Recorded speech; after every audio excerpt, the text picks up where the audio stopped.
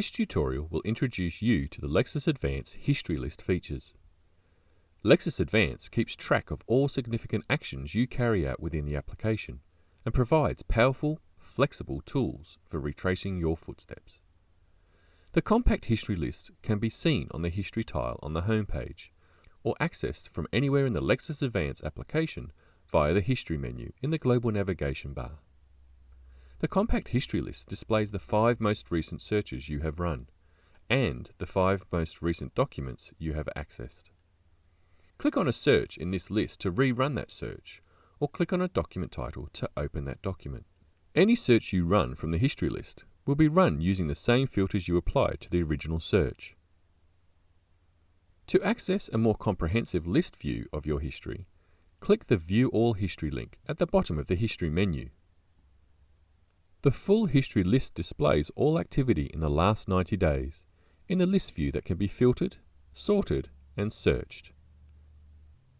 The activities that are recorded in the history list include searches run, documents viewed, document delivery activities such as print, email, and download, documents saved to folders, and alerts created and modified. To execute an action in the history list again, view a document, run a search, resend a document via email, etc., click on its title.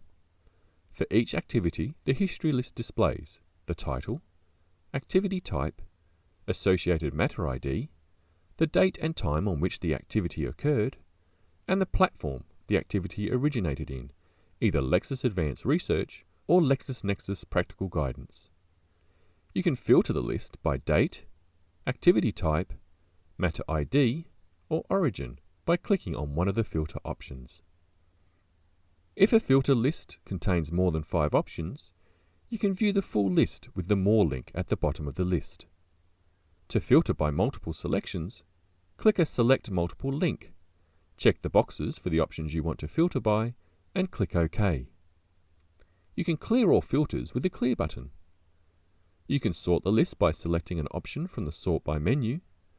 To step forward or backward through the list, use the navigation arrows or page number buttons.